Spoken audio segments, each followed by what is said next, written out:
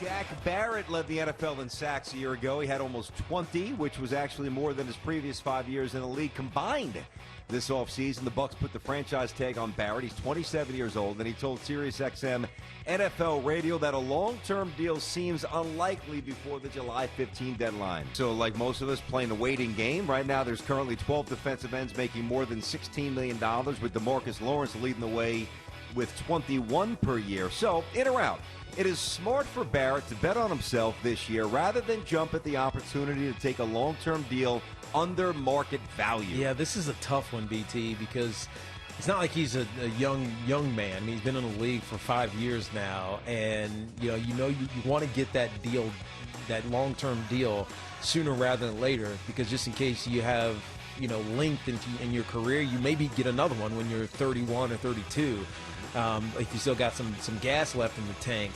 But he's right. I mean, right now, if he signs this deal, we don't know what the salary cap is going to be next year. It likely is going to be reduced, clearly. They only have, the Buccaneers, about $4.5 million of cap space, so they can't even do anything close to what he would think he would be worth. I think I'm thinking he almost has to do this and hope that he has a great season and doesn't get hurt. So I'm going to say inbounds, only because of the circumstances. I just don't see it as plausible for him to get a deal that's commensurate to what he deserves right now. So you think it's, okay, inbound, so bet on himself, try to get more loot down the road. Yeah, but it's not even betting on himself. It's reacting to the circumstances. Yeah, just delaying. Yeah. Till you can get more leverage, you know what I mean? Yep, no, there's that. Listen, that complicates the decision for sure. But I'm going to really, truly disagree, and I'm going to say hard out of bounds for a couple of reasons. Number one, he made no money when he came out of school. Undrafted free agent. And when you're an undrafted free agent, what that means is either you were completely overlooked, which is very hard to do in the 2010s, mid 2010s. I mean, it's not like it's 1970 and a good player kind of falls underneath the rock and you don't know who he is. Yeah. If you could play, they find you.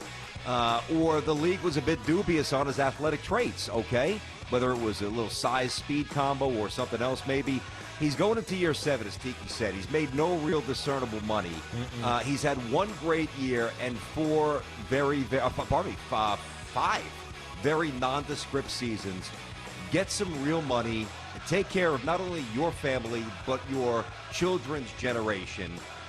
If you invest it wisely, that is very easy to do. You make what would he say? What would the number be? 16 mil? No, a little less than 18 on the franchise. So you franchise for 18, Teak. I mean, you handle that the right way. You're well. I know you want to make the 50 and the 90 and 100. I get that, but let's be real here.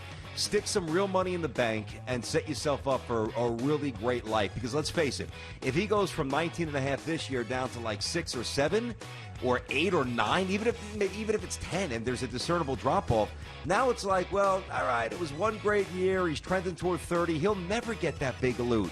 Just take the guaranteed $18 million and then swing for the fences after it. Baseball has made some rule changes to start the season here, as we know. Got the universal DH, starting runners on second base in extra innings. No spitting, like those signs, no spitting, no seeds, no gum, no fighting. What? However, the league took things one step further, adding that arguing will be prohibited. You can't even raise your voice as well in order to maintain proper social distancing. So, prohibiting arguments during the season is in or out. I'm going to say inbounds for this season only, BT, because arguing is like, it's yelling at someone, you get in their face, you're like spitting on them, and you're transferring germs and viruses, who knows? Only because of the circumstances. Now, it'll be interesting to see if managers are going to be required to wear masks. You know what I mean? I mean, they should anyways, because a lot of them are older and more at risk. Yes, that's true. Not that masks stop that from transferring to you, but not as old. Like when we were young, they were really old. True, but some of them are. I mean, I got you. Dusty Bakers is certainly a little bit older, and Terry Francona, he's not young. So there's some older ones. But yeah, I'm gonna say inbound just because this year just feels like if you don't have to go yell at somebody, it's only 60 games, but that's why you have to yell, because you got to get your point across. That's a good point. Because 60 games for a 60-game season, one game is weighted as 2.7 games. Yeah, it's a lot. A lot more urgency there, as we've discussed on the show. Out of bounds. I'm not saying you go like a raving lunatic unnecessarily, and there's also boundaries now. You can't argue balls and strikes, even though Billy and Weaver and Lou did, and they'd get booted. Automatic thumb, Tommy Lasorda, etc. You can't even argue plays on the bases because there's replay, so you'll be proven right or wrong right away, so you don't even waste time with that. But, I mean, you can't declaw a competitive athlete or manager. They still have to have the latitude, the freedom, the knowledge that they can express themselves, even if it's nothing more than waking up your team. I mean, that people discount that. Sometimes, and there's been great stories about this, the guy will come charging out and they'll just say, throw me out of the bleeping game. and they're like, what does he say? And he gets the thumb, you're out. And he told the get rid of me. Because either, I don't want to be here or my team's not playing well. Maybe this shakes it up. So, out of bounds. You won't see many, but you got to leave the window open a little bit. You have to. It's baseball. Come on. Speaking of baseball, the Cubbies down here in 2019, they won just 84 times, and they snapped their string of 4 straight 90-win seasons and playoff appearances. Now, in the past, we've seen the Cubs use Anthony Rizzo, the Rizzo, as the leadoff man, and now new skipper David Ross is planning to use former MVP Kris Bryant in the leadoff spot, with Rizzo batting second. So over the course of their careers, the two All-Stars have averaged just over 6 stolen bases a season combined. Games change, but still, very paltry figure. In or out, putting Bryant and Rizzo at the top is a brilliant idea for the batting order. Can I say, kind of inbounds? You can.